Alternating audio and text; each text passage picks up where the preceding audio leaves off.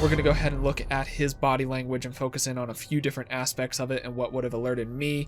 I went into watching this documentary. It's on Netflix. I suggest you watch it, but don't do so at night and don't do so alone by yourself or anything like that, because like I said, it's a little dark.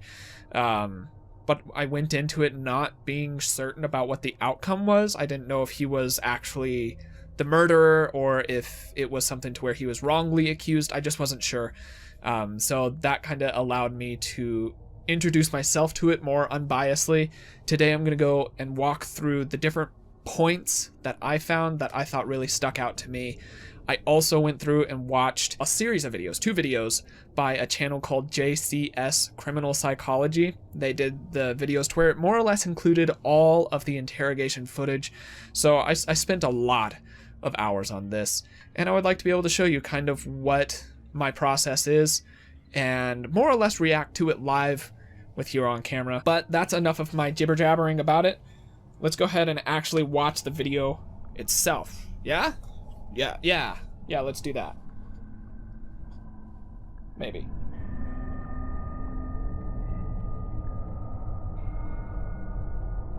So you can give me your first and last name. Chris Watts, W-A-T-T-S. Do you think she just took off? Do you think? I mean, right now I don't even want to just like throw anything out there. Like, I hope that she's somewhere safe right now and with the kids. But I mean, because she's just taken off, I don't know. But if somebody has her and they're not safe, like, I want them back now. Yeah, this might be a tough question, but did you guys get into an argument before she left? It wasn't like an argument. We had an emotional conversation, but I'll leave it at that. But I just want them back. All right, so this is the first little blip here, and this happens a few minutes into the actual documentary itself. He, weirdly enough, decided to go ahead and hold interviews right after the announcement that his wife and kids were missing, and stuff seemed wrong right off the bat. And most everybody could feel it. I'm going to tell you why you most likely could feel it. So right off the bat, you could see this sort of duper's delight that he has on his face. It's where when a person's telling a lie to a group of people or to a person, sometimes they will let loose this kind of expression of happiness. It's called duper's delight. I believe that is the case in this. Along with that, he is a very charming person. You can see that throughout the rest of the documentary. How he interacts with people is a very easygoing sort of way. So I think he's trying to maintain that self-image, and also he's probably feeling a bit of duper's delight during this. Along with that, you can see his slowness of blinking. It's almost too methodical. It's very forced. He's trying to seem very, very calm. While that would be understandable in some instances, it would seem more likely that he would be more stressed than not if he just found out that his wife, who was pregnant, and his 2 children are suddenly missing without a trace, seemingly. Along with this, you can see here that he has his arms tightly folded across his body. This is a blocking gesture. Now, not all the time. If you think about it yourself, you can oftentimes just sit with your arms crossed. It's oftentimes very comfortable. Along with that, it can be done like when it's cold, so on and so forth. There's instances that cause this. However, in this sort of situation, it's an extremely tight cross. It's not showing much comfort, and it does seem to be more of a self-hug. All the way around, this little pop of non-verbal communication is odd to me. So right off the bat, I was suspicious. It just goes further from there. Let's keep watching.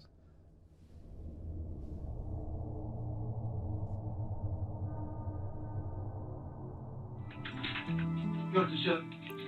Probably, you know. Yeah. Do you have a preference? Doesn't matter. Okay. Alright, let's do this.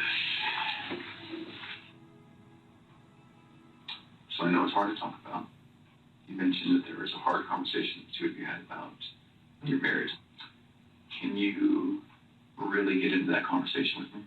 I talked to her about how I was feeling, about how I felt like what's been going on with us for the last 6 weeks, because she was in North Carolina and I was down there just the last week. But just being apart and just like figuring out who people are. It's like the best, honestly, like the best way for people to really find out who they are is to spend time apart. I agree. When we were together, we could feel like it wasn't there, that spark Mm-hmm. Well, that's kind of cliche, but that spark wasn't there anymore. Mm-hmm. And that's why I got so emotional right there. Okay. Emotional for you too? Oh yeah, I was bawling my eyes out. Okay. Looking back on that conversation, can you connect the dots between both of you being upset and crying, and here we are now she and the kids are gone? I think about, like, did I cause this? Like, did I make her feel like she needed to leave? Maybe she sat there and thought about it, like, do I really need to stay here right now? Like, if he doesn't love me, maybe I should just go. All right, I'm not going to talk about the verbal side of this. If you want to be able to have more of a verbal analysis as to what's going on, I genuinely suggest you go watch JCS Criminal Psychology's video series on Chris Watts. There's a lot to unpack as far as interrogation techniques, words that are being used, phrasings that the interrogator is using to inspire certain things. Non-verbally, what I'm paying attention to in this is that there's a certain aspect of nonverbal communication called mirroring. It's when two people are in a room in close proximity. Oftentimes, they will mirror one another. This isn't always true. However, it is something that can also be used as a manipulation technique. It can be to where you mirror somebody else and it subconsciously triggers them to think, I like this person, and it's all based off of mirror neurons and blah, blah, blah. We're not going to get into that. However, it's common to see that in any sort of social interaction. People who mirror one another are on the same page. There are situations that pop up to where mirroring doesn't occur. And there's a number of reasons for that, but one of the most prevalent ones is that the person themselves might have a neurological divergence. And what I mean by that is that they could have something like sociopathy or psychopathy. It's very common in those specific instances. I'm not saying that's the case here. I'm not a psychologist and I'm not qualified to diagnose him that way. However, it would seem likely that a person who is charming and a person who has no mirroring body language, and you'll see this throughout all of the interview, he never mirrors the other person, which is more rare than you would think. And to be able to be in this much control of his emotions right after, this is so shortly after he murdered his family, it lends me to think that he might have some sort of mental condition like that, be it psychopathy or sociopathy. So while I'm watching this, that's what stuck out to me on this. I can't see too much detail of their face because it's like a security kind of camera and it's 4 pixels big, so you can't really make out any detail, just the general broadness of it all, and even that seemed odd to me. So you can see where, like, the interrogator is leaning back with his arms crossed. It would be more common and more expected to see the other person semi-mirror that. Maybe not completely, but at least leaning back, and he never ever remotely does that. Now we're going to go ahead and move on to the next part of this where this channel is most applicable, and it's a polygraph. Polygraphs are not an exact science. Body language reading is not an exact science. There are those that say that a good body language analyst can be more accurate than a polygraph because they can take in the nuances of things, but both of them are not admissible in a court of law. That's just how that works. We don't have enough understanding of the human brain, emotions, and how it plays out physically to be able to use that as admissible evidence. However, it is a powerful interrogation tool, as is a nonverbal analyst, and we're going to see how a good polygraph analyst will build up the polygraph's weight and intensity so that the read can be more accurate. And then we'll talk about how that plays over into nonverbal reading and how an interrogation using a nonverbal analyst will run very similarly. But let's go ahead and watch the actual job that's done here and pay close attention to the words that this gal is using. It's really brilliant.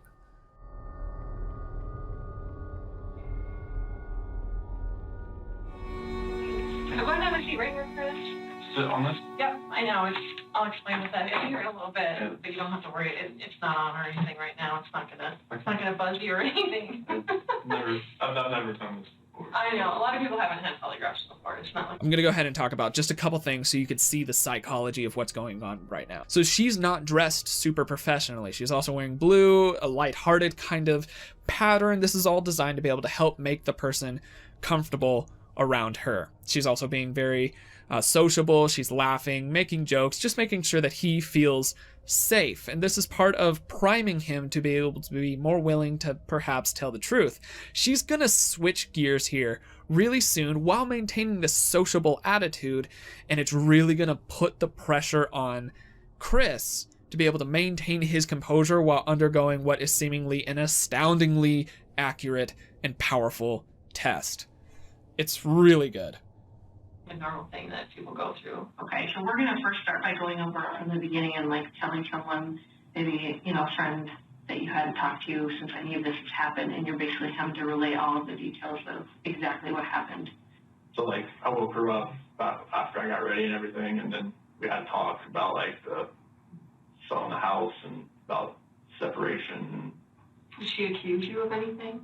I mean, being a woman, I mean, she's like, is there somebody else? I'm like, no, there's nobody else. I mean, this is me talking to you about it. This isn't like somebody came into my life and took me from you. This is, you know, me talking to you. Okay, so I want you to have confidence in the fact that you had nothing to do with this disappearance. Like, we're going to find that out today. And obviously, I mean, I hope that, you know, if you did have something to do with their disappearance, it would be really stupid for you to come in and take a polygraph today. Exactly. Right? Like, it would be really dumb. Like, you should not be here right now sitting in this chair if you had anything to do with Shanann and the little girl's disappearance. Okay? The coolest thing about this is right now, there's only one person in this room that knows what the truth is.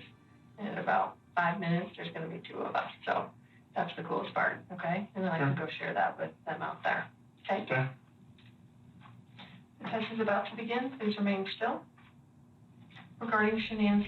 Okay, so you can see what I'm talking about in this situation. She really harps on the intense accuracy of the polygraph. She's really building the intensity so that when Chris Watts goes into this and he has to lie, he's panicking already. He's already starting to panic a little bit because she's made it very clear that he would be an absolute idiot to come in here and take this test if he was guilty, which is exactly what he's doing, so he's panicking. And so when she's doing this very, very intentionally, and it's an excellent job. I commend this polygraph analyst so highly because of what she's able to do on this.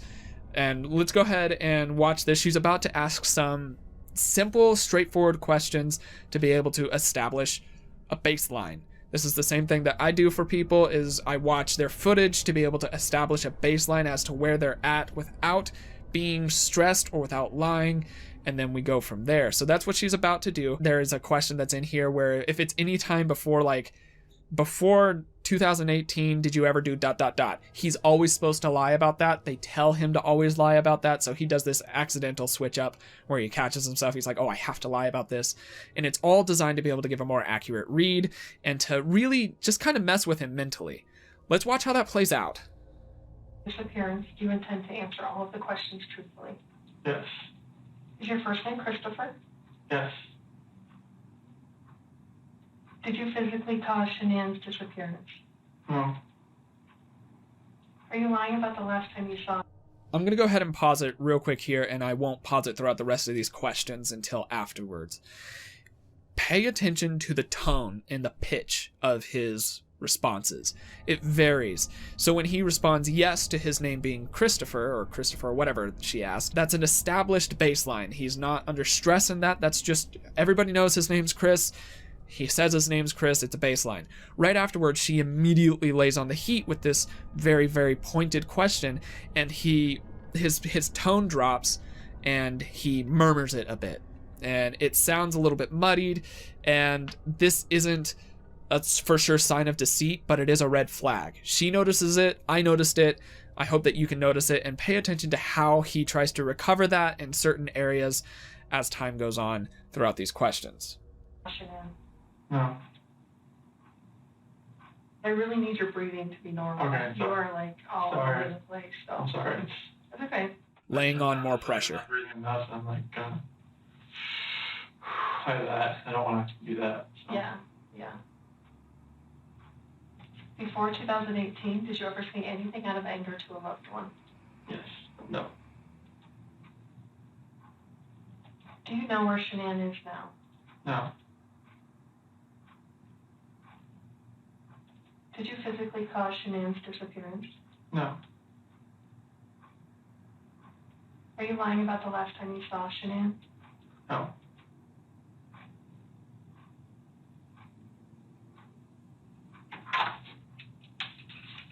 All right, how'd you feel? Same with all of it? I think it was the same through everything. For ya? It's kind of hard to relax. honestly. No, I get it.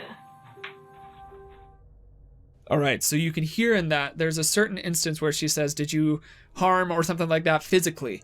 And when he says no, his pitch increases. This is another sign of strain. It's tenseness. A person's pitch will increase when they're stressed about something or there's a lot of emotion going on about something. So during that point, I paused it and I was like, he's absolutely lying.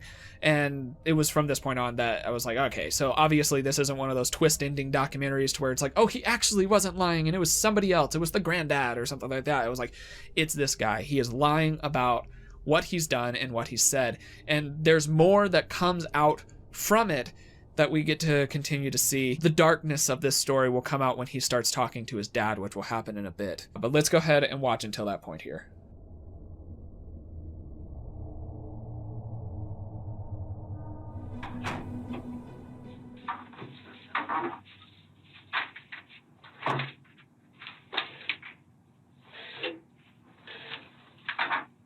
So I brought Graham in here because we want to talk about the results, okay? Okay.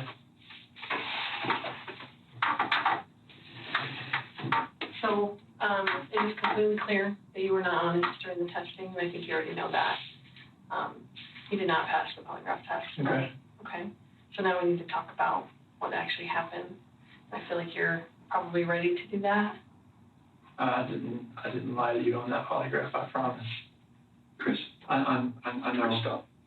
It's time. Just Stop for a minute. Take a deep breath. I gotta pause it. I'm sorry that I'm pausing so much here. There's just so much. The interrogation that these two played out here is genuinely really, really wonderfully done. So what they're doing here, what the gentleman is doing here, is he's making it to where Chris cannot refute. He doesn't have the option to refute that he failed the polygraph test.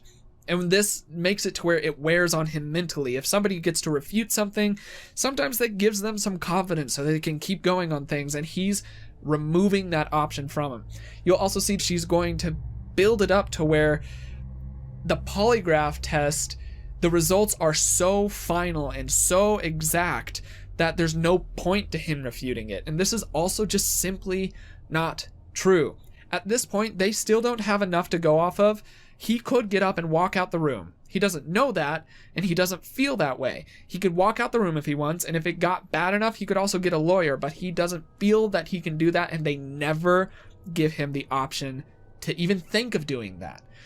It's so excellently done on their part. It's almost a work of art on their interrogation, on how they worked it, and we'll just keep watching. I want you to take a deep breath right now.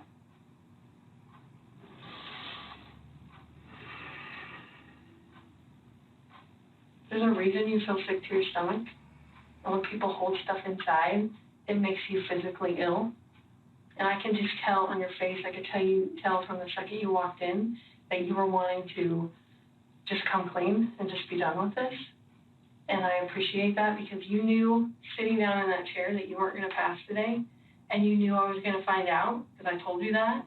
And then you continued to stay knowing that you could, at the end, say, you know what? I just need to get this off my chest.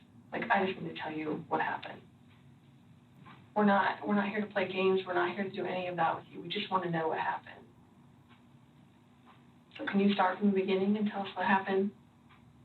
Everything that I've told you, I did not lie on this polygraph. I don't know how much I could tell you right now. Like, I did not. It's not even an option right now because you did not pass the polygraph. So I know you were being deceptive. So that's not even an issue right now. The issue right now is what happened to Shanann, Bella, and Celeste.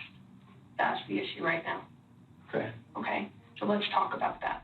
So during this, his nonverbal communication stays pretty constant. He has some stuttering, some stammering. That's pure nerves.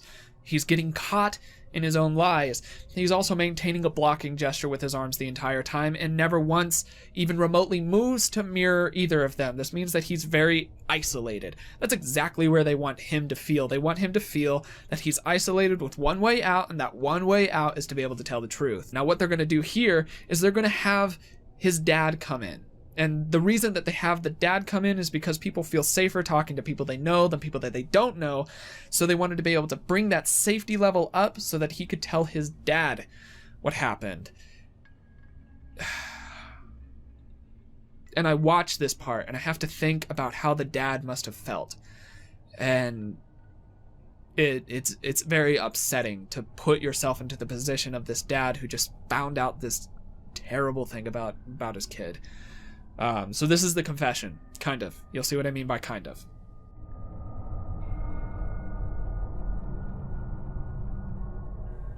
It's your best friend.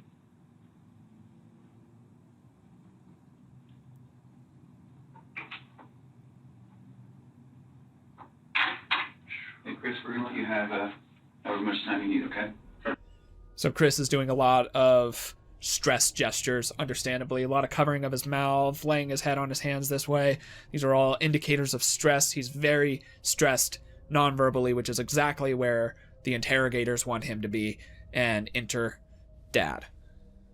You gonna leave us in there? No. Yes. Okay.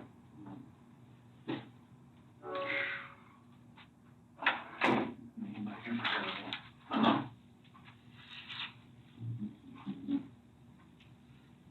Tell us what's going on with anything, or?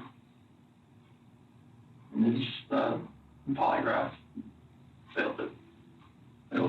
Yeah, because there's too much emotions. So, I mean, they're not going to let me go.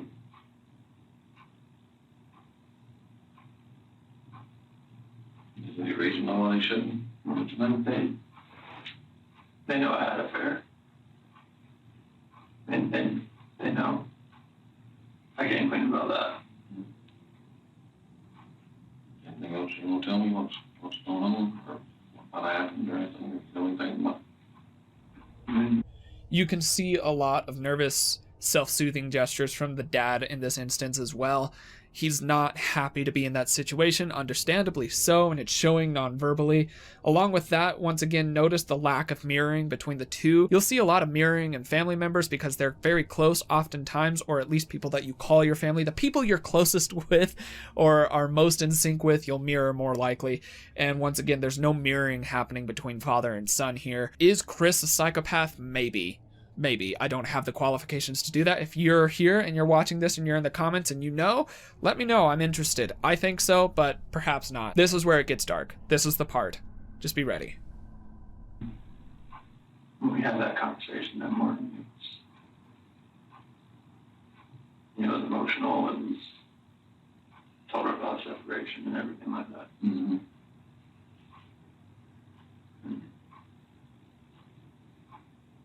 I want to protect her. Well, I want to protect her. You don't want to protect me? I don't know what else to say.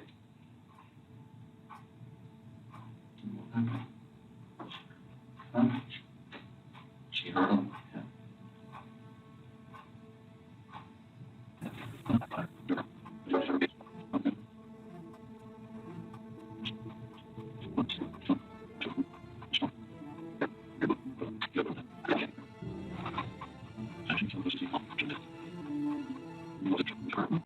No, this is rage.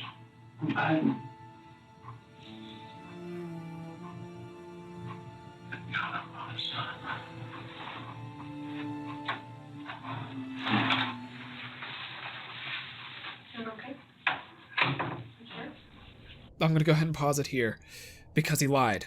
And at that point, I had already fairly certainly determined that he was lying about that part, in that his reason for lying made more sense, that he was just trying to find a way to make him less of a terrible person in other people's eyes, rather than that he actually didn't do the thing itself. So earlier on, we established that he cares what people think about him. Along with that, he had just gotten in shape, he was working out, he cares about who he is in other people's eyes. He did this thing that a lot of manipulators will do, is that they will admit a partial truth that has a reason to it. So he says, yeah, I killed my wife, but it's because she killed the kids, so I'm not a terrible person. I was just acting in anger. And it's simply not true, which you will see later on. Now we've got a situation to where he's doing a physical reassurance of him. She's trying to make him feel safer, which is something that is done tactfully. It's something that they're doing intentionally to allow him to open up more emotionally to a situation, because the last thing that they want to have happen is for him to shut down completely, clam up, ask for a lawyer, try to get out, or do anything like that. They want him to feel safe enough to stay there and understood enough to be heard, but they're doing so more or less just so that he'll confess. They don't give a rat's ass about this guy. They just want the truth. And they do so wonderfully. The dad's playing into it unintentionally. The dad's just trying to be there for the kid. He's not there to try to make his kid go to jail. He's just trying to be there for his son. And it works out that it encourages him to get the truth out. Let's see how that happens.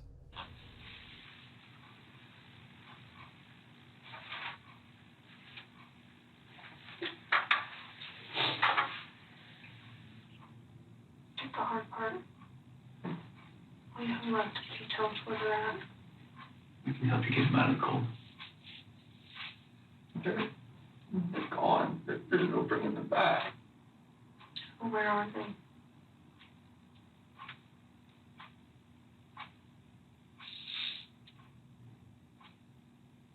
At that first location I went to that day.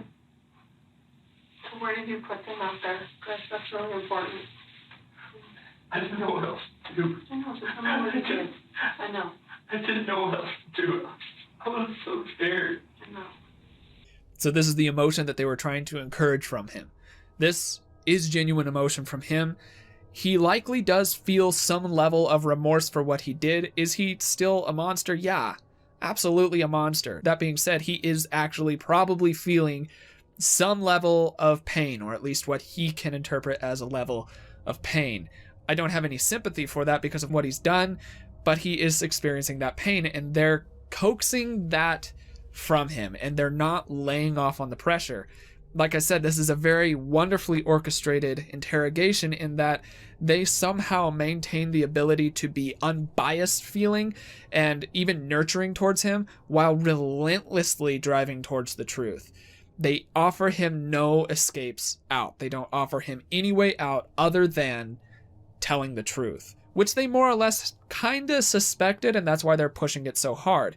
You could see how these interrogations can sometimes actually coax lies from people that seem to be the truth, because they really don't offer a way out, and people will eventually crack and just be like, you know what, screw it, here's what you want to hear, and go.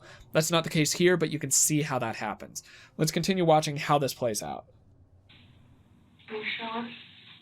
What's going to happen? We're going to help him get out of there.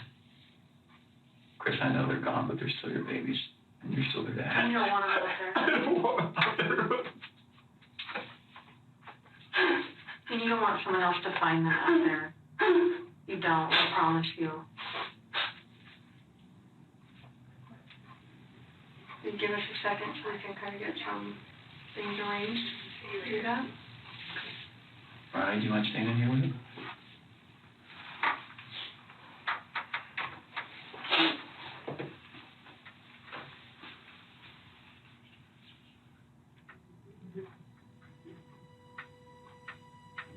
The problem is I don't even know if they believe me or not.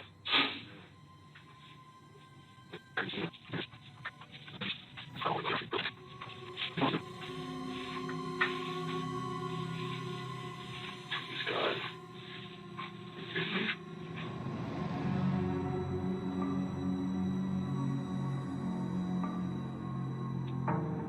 I think we have a picture of, is it Survey 319?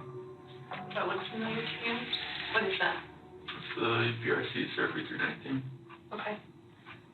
Whereabouts?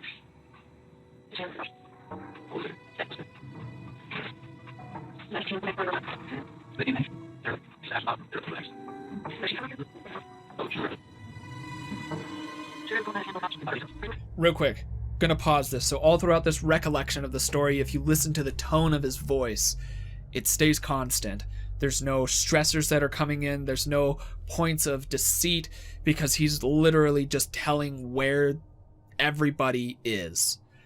He's not lying about that. Now he's going to start lying. He's going to do something verbally, which he's already just said it once, is he said, I did not kill those girls. Those girls, it's not those girls, it's his kids, but it's this verbal detachment from the situation that gives a person, a liar or somebody who's guilty, some essence or some feeling of relief. It's him more or less psychologically separating him from the act that he did to his own family. And he does this again and again. It obviously doesn't hold up for him. Let's see why. With the public knowing that shenanigans. Yeah, because I did not know these girls.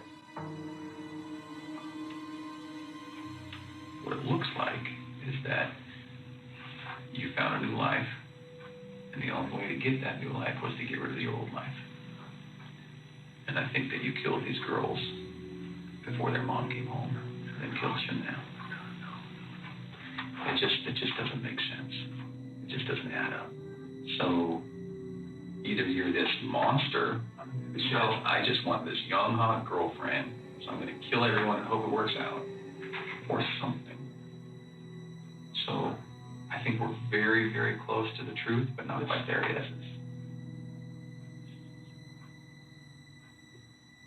So if you're not that monster, I'm not a monster. I didn't kill my babies. okay. All right. I'm going to stop this video here because it's already a lengthy one. Okay, so as I said just a second ago, I've already done one video on this case. So you might be asking, what's the point of this video? Well, I wanted to be able to take a look at the body cam footage from the police officers who were some of the first people to respond to calls about the entire incident. So if we could look at that, there might be something that we could see during that footage that would have been a clue to the police officers had they been trained in nonverbal communication reading, that they might have been able to pick up on or not pick up on as the day went on. So we're going to look through that, and then we'll be able to kind of talk about everything at the very end, and you can let me know what your opinions are. But for a little tiny, just quick backstory on things, Chris met Shannon and they got married in 2012. Then in between 2012 and 2015, they had a couple of kids, 2 daughters, and during that year, during 2015, they also filed for bankruptcy, letting us know that their financial condition was not great, and having children in financial difficulties is, well, difficult. So that happens. Fast forward 3 years, and we see that they are having another child, or at least that's how Shannon announces it to Chris, and things seem to be going pretty well, except they're not. They're really not going too well at all. In 2018, everything unfolds. So a new child is announced. Chris starts seeing a woman named Nicole Kessinger, and they start a relationship that's eventually develops into far more. And I was looking through the timeline of this to refresh on it, and I've got to be honest. He starts talking to Nicole in, I think it's June of 2018, and then in August, 2 months later, he ends up killing his family. It's very, very rushed. He then admits to the murder of his family and is imprisoned all within the year of 2018. So that's your kind of Sparks Notes version of the storyline. Like I said, if you want to be able to really dive into the case, if you haven't heard of it before, it's very dark. You could check out plenty of the other things that are going around. For now, let's go ahead and open up this police body cam footage. I kept most of the entire thing through, all of it. So as they're looking around the house, gathering information, I do fast forward in areas to be able to make it to where it doesn't just drag on. But I wanted to let you see what it looks like to gather all of this, and then any portions where Chris is on screen and interacting, we are going to actually let it play at normal time so that we can gather a nonverbal baseline across all of his channels. That includes voice, the face, and the body. Across all of that to be able to see if we could understand where Chris showed some cracks in his lie. I hope that makes sense.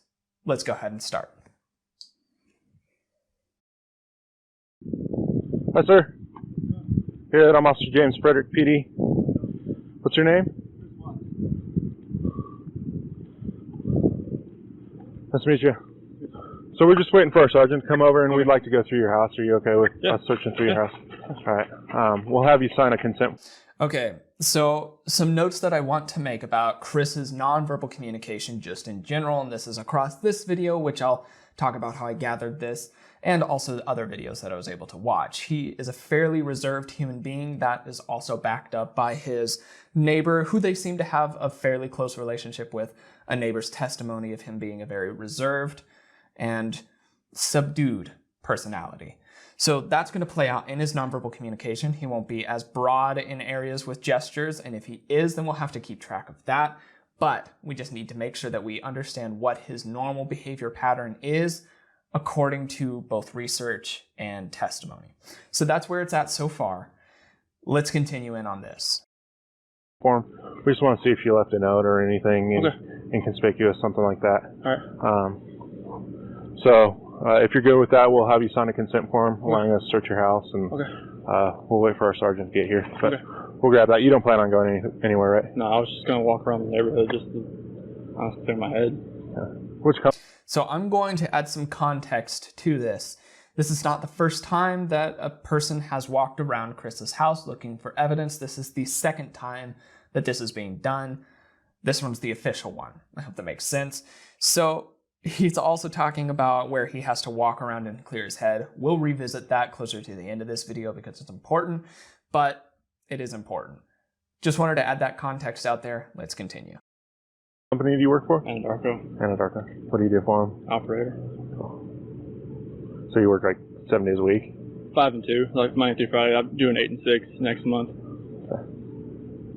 All right, so I want to make note of how he's answering questions. They're very straightforward and they're very brief. He's not lasting a long time. He's not adding a ton of details. He's not over-explaining anything. He's very to the point, straightforward, and clean-cut with his answers. These are all establishing questions that the police officer is asking. I don't know if he's intending on asking these questions this way, but he is. It's allowing me to be able to see how Chris would respond to questions that aren't incriminating on any level, so that if there are times that he does happen to have to answer some of those questions, we can kind of compare and contrast. But that's what we're noticing so far from his verbal patterns. Very short, concise, no extra details. Let's continue. So today is Monday? Yes. Yeah. All right, let us grab that form, and then we'll wait for our supervisor, and then you can either stay here or you can go walk the neighborhood, whatever you'd like. But we look through it. All right, let's go grab that form. So Chris, it's your house. You can go inside with us if you'd like, or you could stay out here. It doesn't matter to us. Doesn't matter. I mean, free reign, whatever you got to do. Okay. So I want to point out something that many people are catching on, which I know why Chris did it. And I know why it was wrong as far as him trying to pull off a good lie. And don't lie. Just in general, it's safer to just tell the truth. But you know what I mean. I'm not getting into any sort of moral thing here. So Chris is trying to play off that he's completely fine and that everything is really chill. And he's doing so extremely well. The issue is that in the context of the situation, that doesn't fit. So where he's coming across as nonchalant, no big deal, it kind of feels as if maybe the police are asking about a stray dog that isn't even his dog or his neighbors or anybody. They're just asking him about a dog. So he's just like, yeah, sure, you can check out my house. It's whatever. It's pretty fun. Pretty cool. I'm relaxed. I'm really relaxed. When in context, he should be showing more agitation. So it's that absence of expected, which if you expect a certain behavior, that is a trap to fall into to become biased. But he's showing no signs of agitation in a circumstance that invokes agitation. His wife and kids are missing at this point.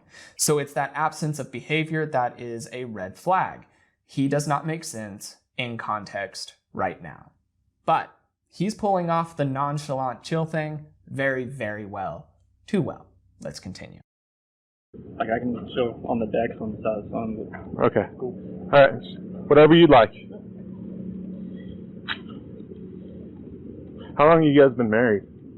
So, we've been together 8 years, married 6 this year. Okay. And this is very unusual behavior? Yeah, we can get that dog out of here. Okay. She's gonna flip.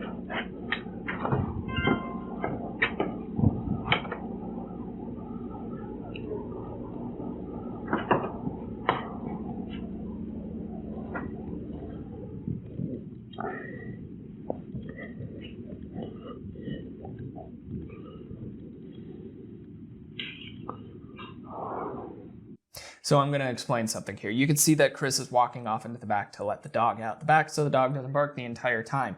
Now, in the initial walk around that's already been done before this footage that I'm showing you here, he also disappears into the house for no apparent reason. Maybe it's to try to let the dog out. We don't know. We never get to see, and it's never explained. He just vanishes into the house while the police are there. He doesn't say anything. He doesn't welcome anybody in. He doesn't say, hey, can you hold on a second? Nothing. He just pieces out. So that's suspicious then. So I don't know if you're asking, why aren't we just looking at the first one? Because I wanted to be able to look at this in a light of Chris has had the opportunity to try to collect himself, and the pressure has built up. So the initial time is more intense of he has no time to collect. The police are there. He has to respond, very raw, very real. But the pressure isn't as high. Now the pressure is as high as more people are asking the questions. So it's just an odd dynamic. So what we're going to see is seepage from Chris in his various channels, but they're going to be more masked, if that makes sense. And then I'll show you something from the first clip at the very end of this so you can see the contrast. You know what? Let's just keep watching. You'll see.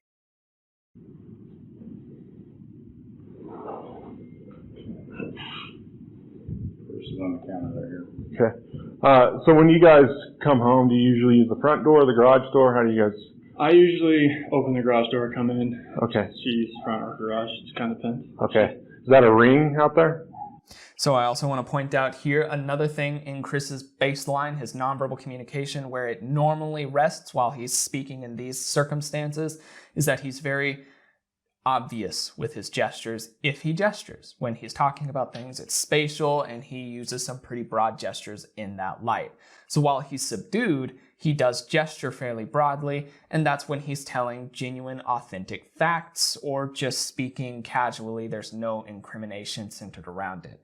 That's important to be able to note, because if there is other times or any other instances that pop up that changes, it's a red flag for us. So we're establishing and we're really fleshing out how Chris behaves across his different channels so that we can understand how he behaves when he's being deceitful.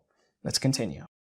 Oh, that was No, the doorbell, is that a ring doorbell? Yeah, like when you got a visitor, it does. But I don't think the speaker is on to where you hear it. Like by. Okay. I guess my question for you is, would it show her leaving with the kids? Did you have any alerts? If she came out here, yes. Did you have any alerts today with that? Just when her friends were here. Does it only record when the doorbell rings, or anytime someone? If you're right here, it should just start. The proximity should hit up. Okay. And if you had anything on that today? Just her friends. And what time was that? 12:10, and about 10 minutes afternoon. Okay. But nothing between the time when she got here. She got here at 2. Only thing this morning? Yeah, 2 o'clock this morning. So okay. 1:48 on here. And the only thing that was weird was that the garage door said as left open after I left. And it might have been the sensor, but my phone doesn't show when for your alarm? Yeah, it doesn't show if it shuts. And who's your alarm through? Vivid. So just basing it off of the loose baseline that we've come up with so far non-verbally for Chris, he's starting to add some extra details where we know that he keeps his answers pretty concise. So in my mind, I would look at this and be like, okay, so these are fairly relevant, but some extraneous details to the question that's being asked.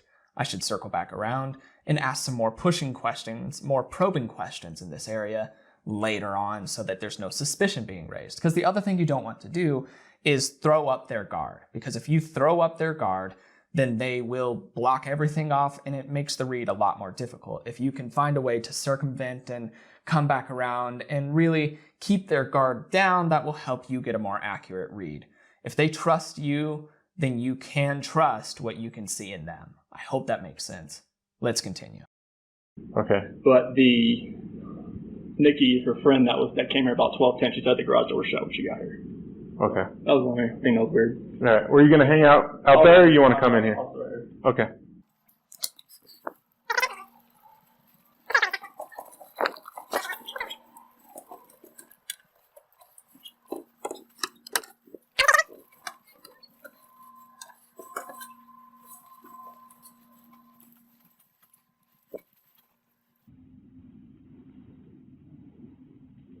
Who's got asthma?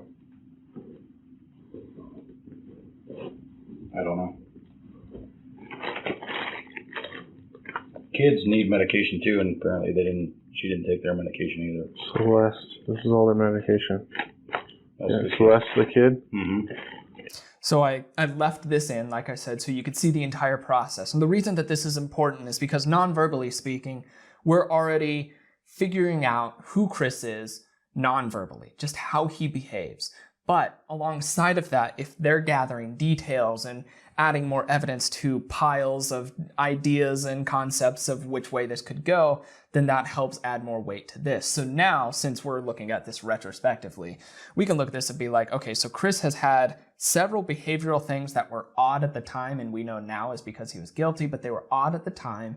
And there's now this physical evidence alongside the nonverbal stuff that also amplifies this unsureness as to what's going on, because something like an emergency inhaler has been left behind for the kids as the mom takes both kids and goes somewhere else. And that's odd as well. So now we've got odd stuff from Chris, we've got odd stuff in the house, then it's just odd. There's no verdict yet, it's just strange, but there's more strange going on. I hope that's making sense. That's why I'm leaving these all in the video. Let's continue watching. That's albuterol for a nebulizer.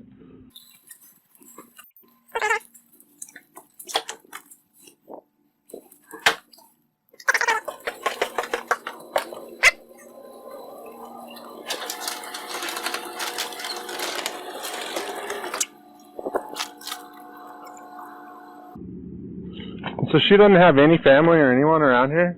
Neither of us do. They're all back in North Carolina. We moved here back in 2012. Came out here to visit some friends during Thanksgiving, fell in love with the place, moved out here a few months later. Does she have any friends around here?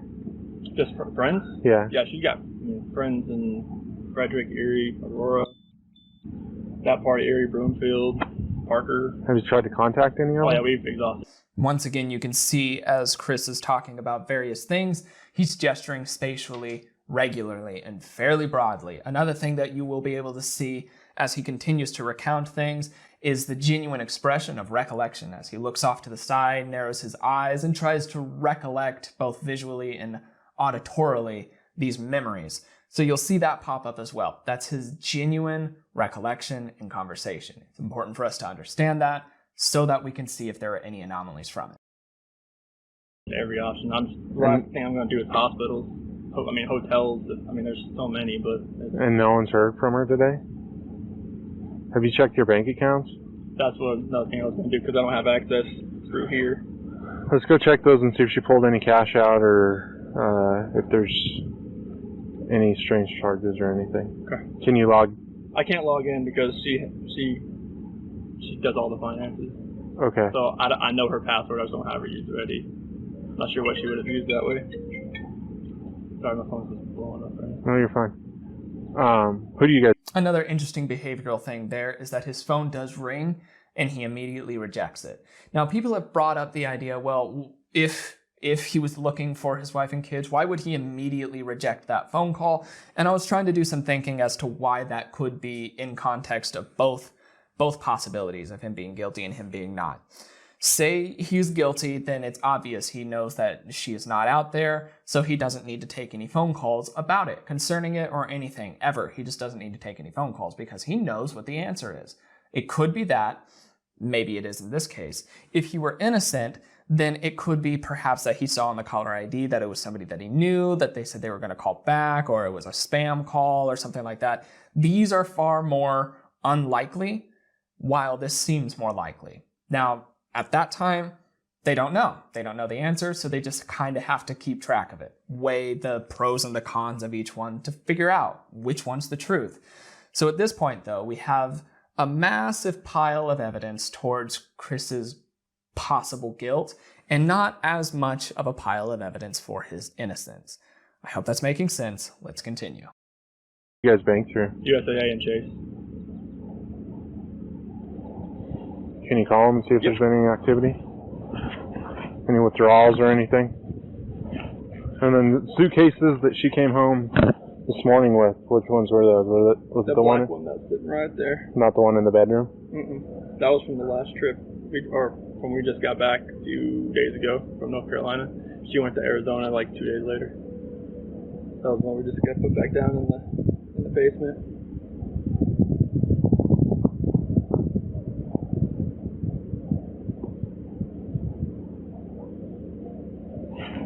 You guys don't have any stockpiles of cash or anything in the house that she would have had? If she needed cash, she needed to go to the bank to get it? If there is, I would not know about it. I mean, if there was, I didn't know. Do you know how much cash she usually carries with her? It's usually not, maybe like 100.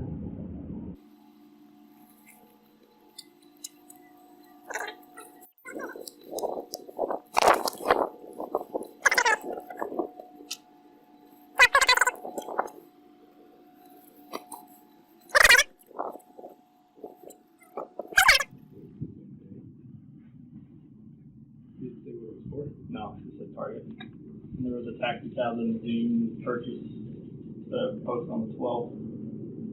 That was on Shade. Okay, so now you can see some different nonverbal patterns that are slipping into Chris's behaviors. Where he's normally been a little bit more stable, he's more subdued, and he gestures broadly while recollecting. Now he has his hands thoroughly at his sides. I believe they're even in his pockets. And he's starting to do this agitated rocking back and forth, stepping and shifting motion, which is, like I said, a sign of agitation. So something around this area of questioning is causing him a significant enough amount of agitation to make him start to display this way. So in their eyes, they might have noticed this. I'm hoping they picked up on this, but he's now behaving differently centered around these questions. That's important to make note of because it's a variance from his baseline. And anytime that happens, you have to ask what is causing that and should we be suspicious of it? Should there be more questions? Anything along those lines. Hope that makes sense. Let's continue.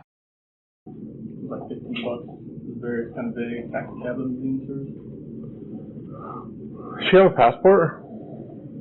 Yeah, I'm not sure what that is. I'm sure she's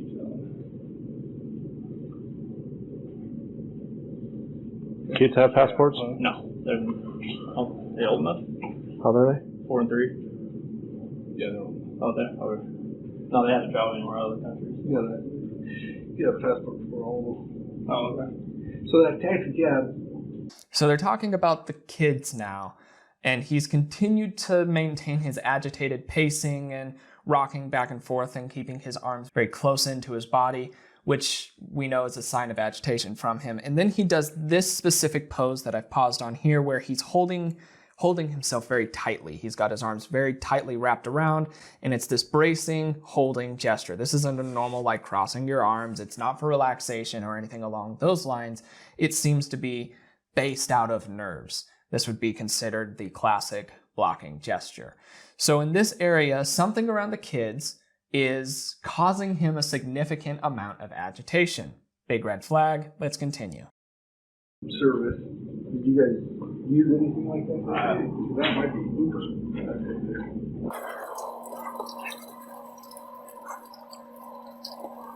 And if you look through here and see if all of her cards are here?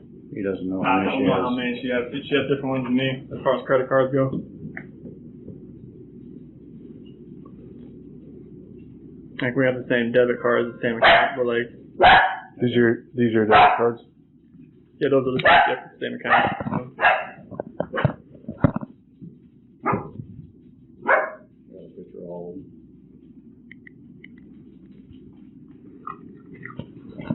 Then, do your kids have like a favorite pair of shoes that they normally wear? Favorite pair of shoes? Yeah. No, they have all their shoes are in the closet right here. Do you know which ones they normally wear? Like, It's like a flavor of the month thing, honestly. It's like it's whatever they want to wear. I say pick your shoes and just go through them. Fellas on this side, CC's on that side. sure.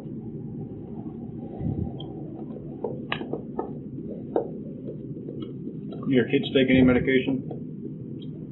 CC takes Singulair and Meprazole. How often? Singulair is every night for allergies, and Meprazole for the kind of for like the acid reflux. Is one of them on inhalers? They haven't done it since they got back. I think we might have ran out because the last one I saw had 0 on it, so we hadn't refilled that one yet. From North Carolina? Yep. And when did you guys get back? I think it was, I went back to work on the 8th, so we got back on the 7th. Okay. And then she left for Arizona on Friday and got back last night. Did she have the kids with her last night? Yes. Or you had the kids? Well, I had the kids like all weekend. Okay. So there's just some interesting things going on here. I've watched a fair segment of it. He's adding some details centered around the kids' shoes that's fairly extraneous, but maybe he wasn't sure what their question was centered around, so he's just trying to provide extra details. So at that moment, that wouldn't have been too big of a red flag, but it is a little extraneous, so keeping track of it. There's still some more extra processing that's happening around the kids that should have been tracked. Maybe it was. Along with that, he seems to be pretty in tune with how the children's medications go, which is, I mean, just something to take note of himself. He's at least detail-oriented enough to be able to track that sort of thing as well. So that's interesting. But on the front of his verbiage, he does, all in all, a decent job at maintaining the correct tense of his words. So instead of saying they were or they had or anything along those lines, he says they are and they have and keep it present. One of the tells that can slip out, and oftentimes does, is a person will mix up the tenses of the people concerned. So had he said they didn't do or they weren't doing or they never had or anything along those lines in that past tense, the question would be, why did you refer to it as such? And he says a haven't in here. And I think it's a haven't. Since the audio isn't very clear, it might have been a hadn't. And if that's the case, that would be one of those verbal slip-ups. Hard to say, just wanted to make note of it. He does a pretty impressive job at keeping his tenses straight throughout his lie. Let's continue. They went to a birthday party yesterday over at a friend's house down the street. And then, is someone sleeping in the... So I find that interesting when he's talking about the birthday party. His gestures come back in over at the friend's house across the street. I would believe him. I think that they went to a birthday party over across the street at the friend's house. That's how his gestures indicated. His body language showed us that is likely to be authentic, so I would believe him there. In the basement? I did a few times the separation thing. How recently? Probably about 2 nights ago, 3 nights. Well, when she was here, so probably last time was Thursday night, Friday. Okay. And then your kids, do they sleep in their own bed? So far he's keeping up with that. As he's talking about these things, he's gesturing and using his normal baseline that we would expect, that we kind of built from here. So we can say, yeah, he's probably telling the truth. That whole narrative, at least this bit of it, seems to be true. Bed, or they sleep with you guys? Those two adjacent rooms, they connect to that bathroom. You're lucky. We know very lucky when her and sheets and stuff are off in the master bedroom. No, so like when she got back from the airport last night, usually like she just jumps into bed. Like most of the time when she does that, she'll want to wash the sheets the next day to get the airport off them since she just came off the airport. Okay. That's the only thing I can think of. They were still on it when she was in bed. Yeah. So you were in that bed last night? Yeah. I was up there because the monitor and stuff was up there. I was waiting for her to get back home. And then she works from home? Is that right? Yes, direct sales. Okay. She works from phone, anything, the computer. And then is that the office she uses for work? Oh, she. So a lot of questions have started being more intentional here, asking specifically about Shannon, and his agitation in pacing and shifting of his weight has once again returned. I do believe this is just an underlying level of nervousness centered around that, because he's still gesturing and what he's saying isn't incriminating, but you could see that it at least bothers him that they're asking these questions centered around that, because this spike in his nonverbal communication has shown up that we know is related to nerves, agitation. So what we can know is that what he's talking about is likely accurate. What he's feeling about it is intense nerves, more so than other areas of the conversation. It is a subtle red flag, but, I mean, we're at least aware of it now. Let's continue. She can do anywhere in here. She can sit on the couch. Oh, okay. She doesn't have like a designated area. No. All right. She can go anywhere.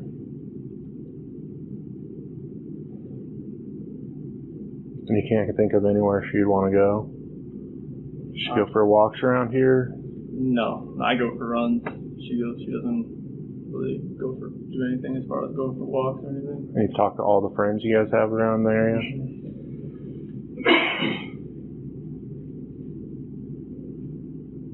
And what was the conversation this morning you guys had? It was about selling the house and separation. And how'd she take that? We were both very emotional, both crying. And then did you see her before you went to work? Did you say anything to her? When she went back, like when she told me she was going to go to her friend's house and be with the kids, take the kids with her. Oh, she told you she was taking the kids to her friend's house? Yeah. She didn't say who, though? Oh, no, but she was still in bed when that happened. This part I'm not buying as much. If you've paid attention, his arms have locked down to his sides. He's not looking off to the side for recollection on any level. He's maintaining direct eye contact with the officer talking, and his gestures have all but disappeared, and his agitation postural shift has continued. So in this area, I would be like, I don't believe this. There's something around this that's causing him to stray from his baseline. Something's making him display differently. We have to find out what and why. So at this point, this would be a red flag. I would try to pull one of the other officers aside and talk to them and be like, hey, this is the situation. This is what I'm seeing. This is where we should probably push. Something's off here. Let's continue. And this was after the conversation? Yeah, it was between like 4 and 5 a.m. I woke up about 4 o'clock. What time did she get home? 1:48. So did you guys sleep for a little while and then? Oh yeah, like I was passed out when she got home. And then did you wake her up? Yeah, when I got up. And that's when you discussed the issue? I didn't want to do it like over a text or over a phone call. I wanted to be face to face. How long did that conversation last? I left 30-45 minutes. And then you went to work? Mm-hmm. I left about 5:15, 5:30, right in that time frame. And she said his gestures are coming back. I do believe that at the point where he starts talking about him going to work, that's more going to fall back in line to the truthful part of his lie, which he tries to tell a lie that intertwines truth very closely with the lie, and that is how you can pull off a more convincing lie. In this front, though, his behavior is what's giving him away, as he's now slipping back into his normal patterns. That lets us know for sure that that entire segment where they're talking about the morning of, so I think it's earlier this morning that we're looking at as far as time frame goes, that time frame, something happened that caused him to display so differently from his normal baseline. And in this case, the question would be, why is he displaying there so differently? And considering the rest of the evidence, what is this all adding up to? And it's not really adding up towards innocence, as we know, but, let's see how it plays out. she was going to her friend's house with kids. But she was still here when I left. You went to a job site or you went to the main plant, or where'd you go? I went to location first. Where was that? By Hudson, over there, east of Hudson. There was someone there at the time when you got there? No. One of the operators, he had an issue there on Friday, left and run over the weekend. I went over there just to kind of verify what kind of issue he was having, see if I could fix it. Then we went to a pumping unit, across the ranch over there.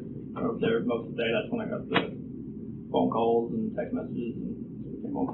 Are you guys on like Area 49? Where are you guys at? Oh, like, where like a rockin' is? Yep. Yeah, out there.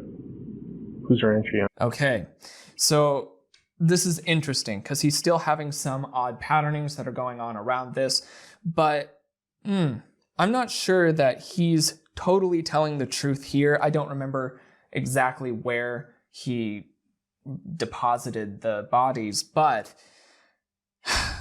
this element of it where he's talking about the person having some difficulties and he had to go and check it, he's doing his gestures correctly, but he's still maintaining this agitated behavior. So perhaps the storyline that he's saying of there's a difficulty and he's either going to check it or he did check it or something along those lines, there are elements of that are true, ergo the authentic body language that we've established, mixed in with this odd, agitated body language as well.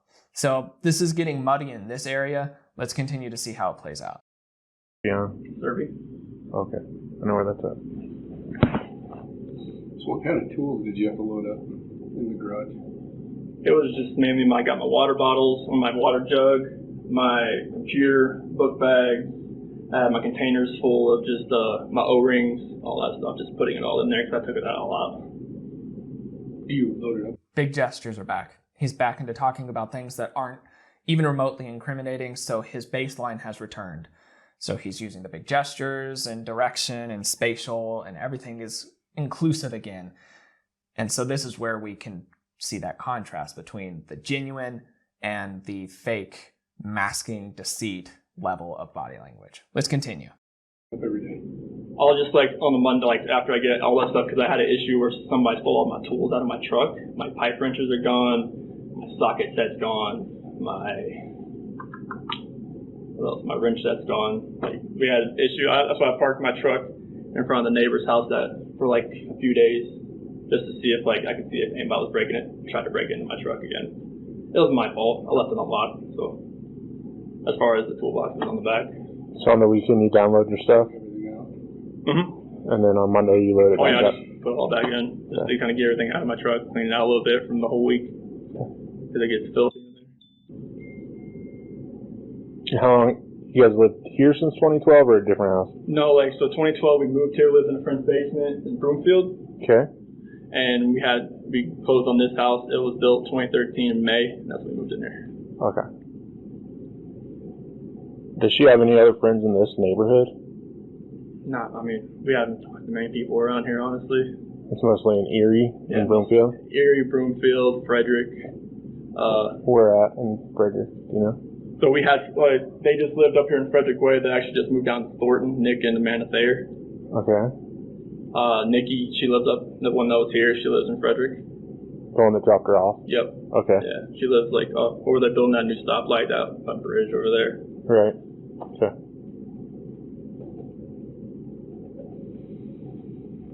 And you have no idea of which friend? So all your friends pretty much have kids the same age? Mm-hmm. So it's hard to... It's really hard. I've exhausted every option I know of as far as friends goes. Nikki knew more of them because she's a woman. And that's about as far as we could go, as far as all the friends that we could think of. All right. So if you talk to some of her friends, tell them that we're looking for her, and we just need to make sure that she's okay, and she can call us. She doesn't have to call you. That if that's what she's worried about. You're trying to get a hold of her and she won't talk.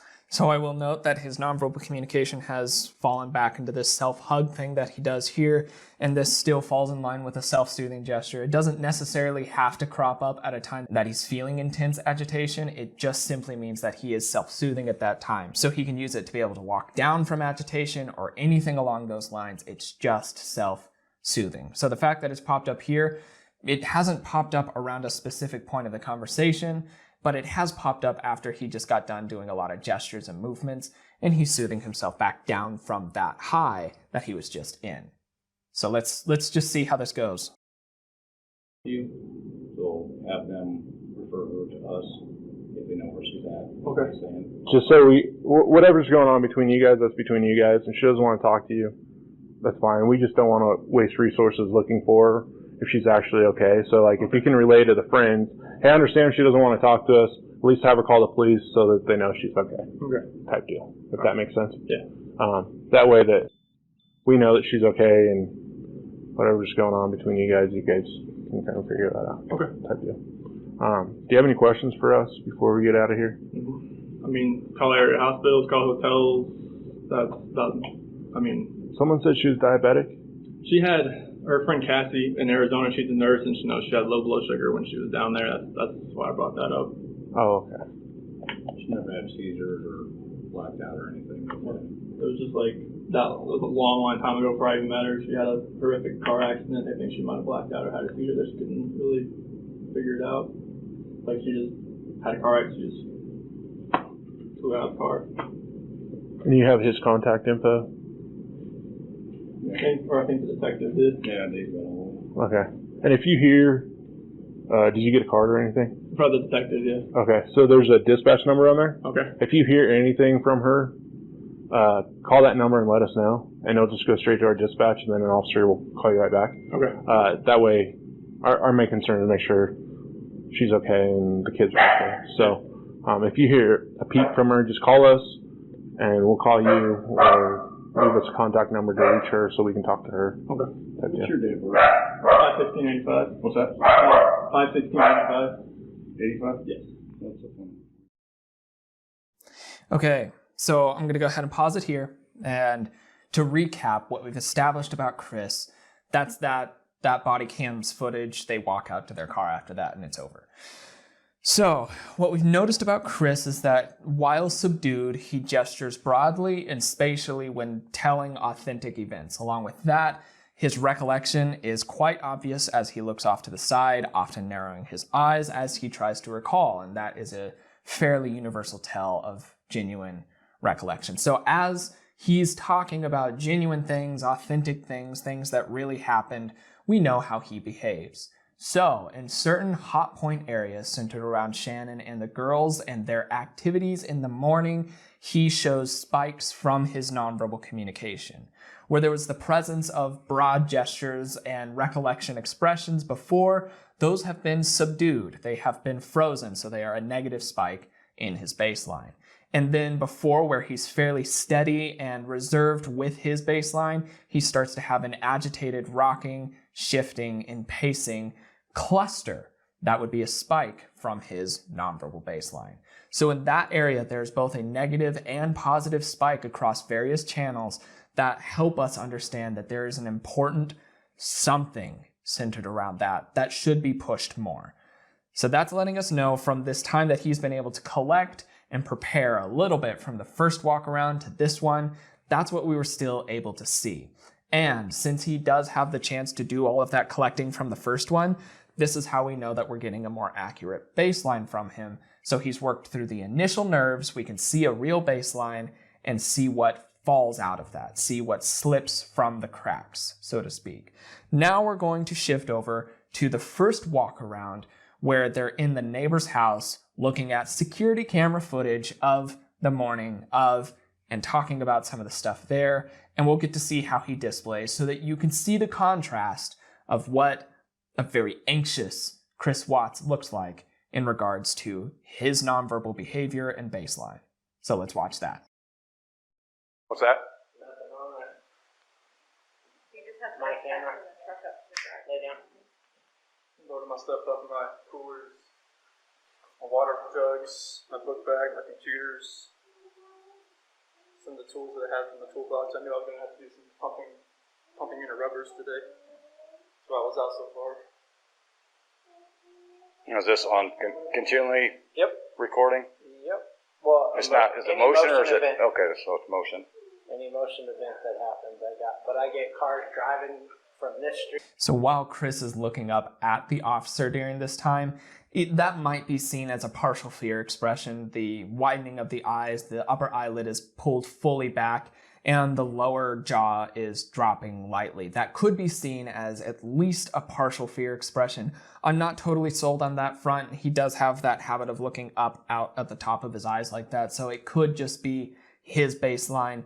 But I've made note of it. I'm keeping track of it. It would make sense in context, but at the time, it would just simply be something to keep track of. Let's continue. From this street. And this is him at 517.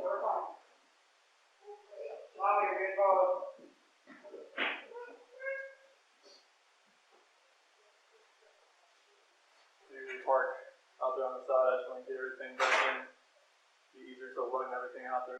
So you can see him still gesturing broadly. He's talking about authentic things, so that makes sense. Let's keep watching. All the tools that I had to bring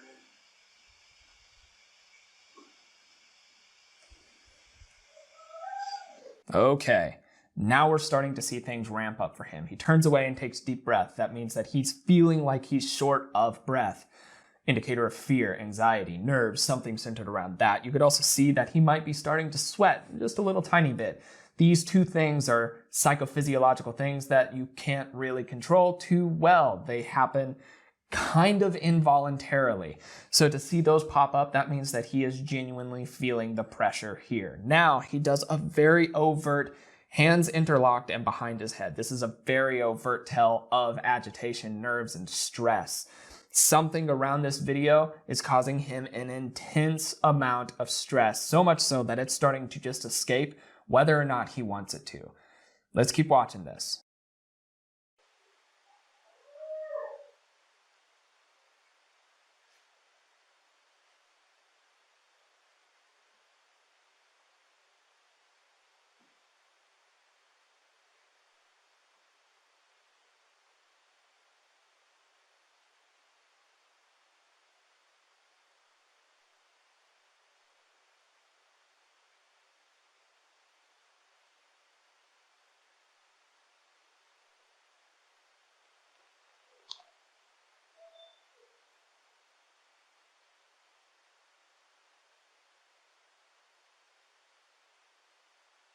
You can see him focusing on his breathing more there. He feels like he's out of breath, indicator of intense stress.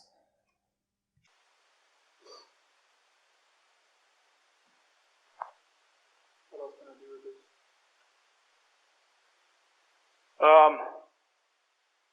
My detective just showed up, so he'll probably want to talk to you. He'd probably, like I said, he might have you call at the bank and see if there's any kind of activity. Because if there was any sort of action out there, His camera's I would have got it. Like Right. we had issues the other week when people were stealing stuff out of like garages and stuff like that, and I had parked my truck. I had here. to park right here. Yeah. So someone, See if I could anything see where happened. someone tried to jimmy with a flathead screwdriver over there, and it was just like. But if any action would have happened, any cars or anything left your house, I would Yeah, have if it got would it. have been like right in that area, it should have picked. I mean, Oh, it'll pick up anything coming down the street this way. you know where that tree there too? Oh, yeah. Okay. Watch, I'll show you.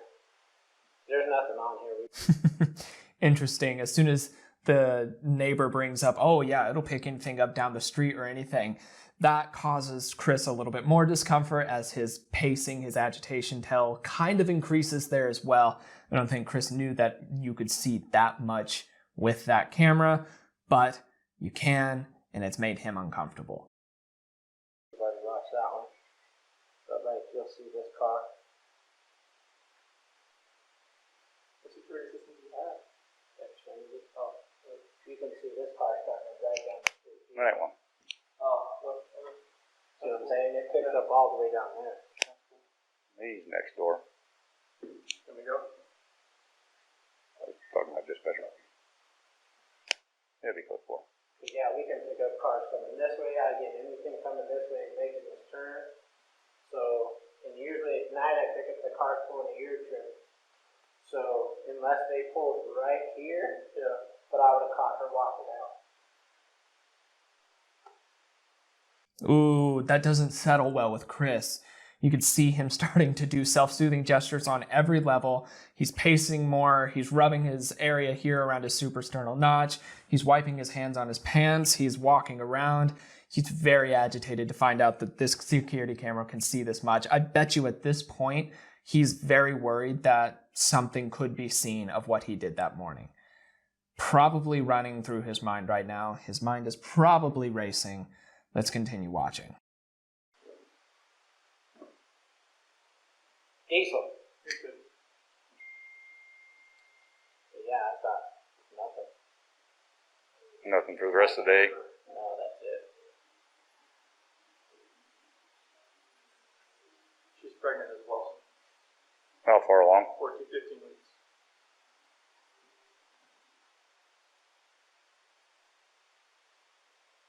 That's why her friend said it was low blood sugar. And see, I've got her friend leaving out here at 2 in the morning, I think. So, my camera.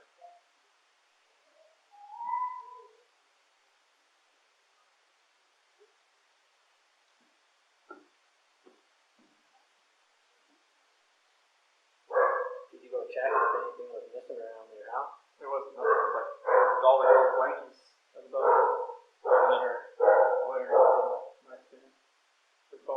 neighborhood.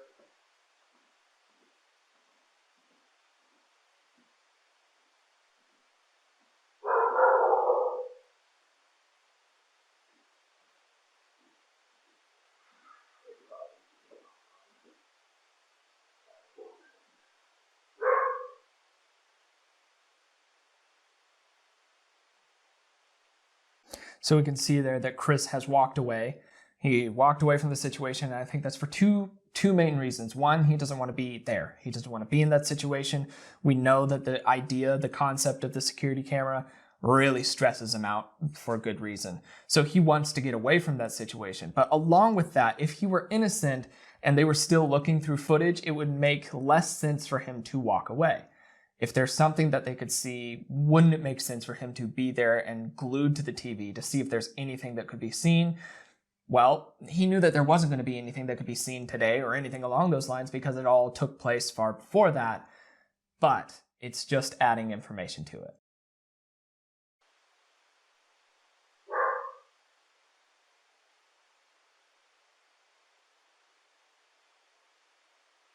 She dropped her off at 1 in the morning, right? My doorbell said 1:48. She came in.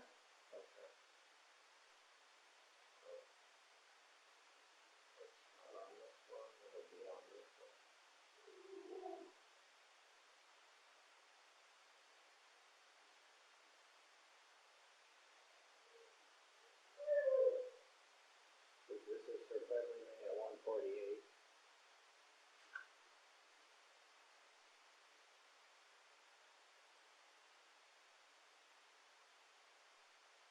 So as soon as it picks up motion, it like back off. Okay. I thought you. That was the start of the video. Yep. 1:48 in the morning.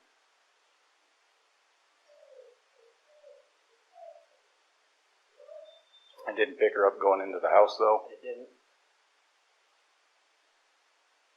And I usually pick him up when he comes walking through here. Mm-hmm. I pick him up. So it doesn't show her walking into the house.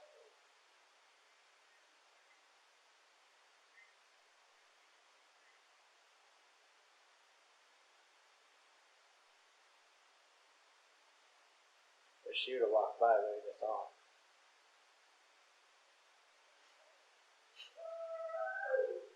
That's okay. The other dog. They see all these people coming in. They're like, what is going on? Yeah.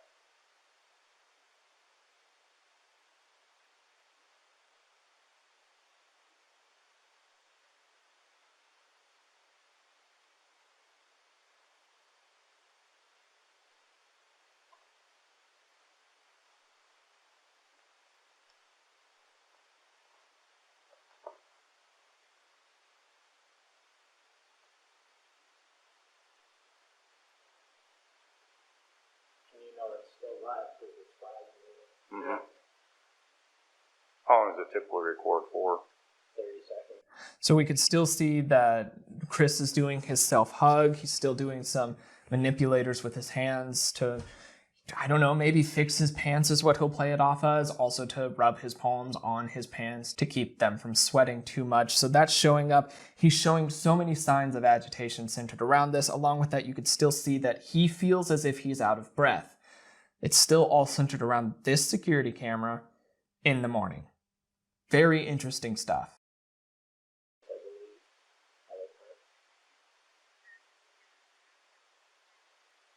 But this is at 1:48, and then the next one I have is at 5 whatever.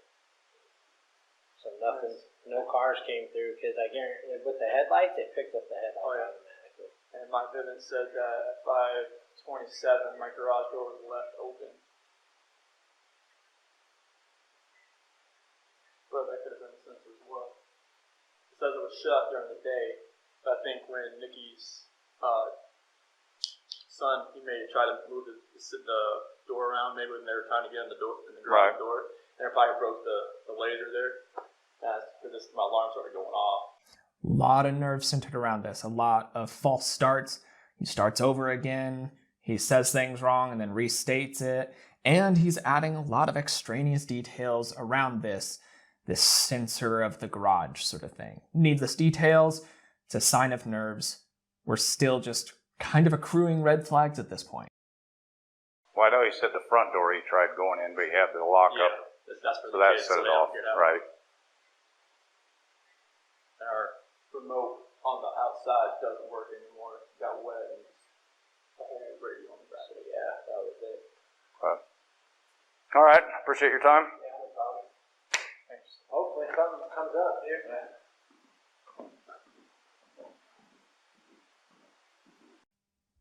Okay, so that's the end of the video that I'm playing here. To add a little bit more context after that, and the events surrounding, one, when he walks out of there, shortly thereafter, he starts the video that we just watched.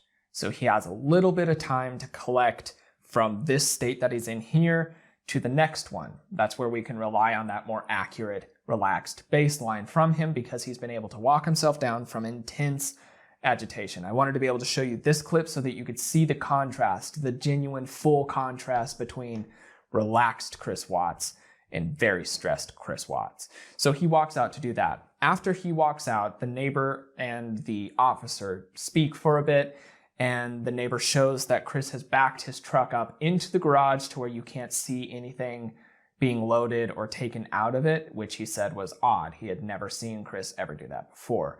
He also brought to light the behavioral patterns that we were picking up on to the officer of being like, he doesn't normally behave like this. He doesn't talk a lot like he talked during this time. This is very strange. He's acting strange. And this is one of those character testimony style things that you kind of have to, you want to listen to and hear if there's anything that might be true there, but also kind of take with a grain of salt because everybody can perceive things differently. So with all of that considered, at this point, had I been with the officers, maybe helping out with something or something along those lines, or if they had asked for me to help out, then at that point, I would have brought them everything that I had noticed, and I would have also told the people that were going to be running the polygraph a little bit later. Let them know what I saw because that often works hand in hand quite closely with a nonverbal analyst. So with all of this information considered, everything considered in context, going over the different channels and looking at it with a fairly detailed look, then we could say that we're very, very, very suspicious of Chris Watts, and here's why, and pursue further. Wasn't necessary in this one. Fortunately, it really wasn't necessary because he cracked very quickly. Everything happened so quickly in this timeline of everything seeming to be fine to not fine at all. It was quite shocking.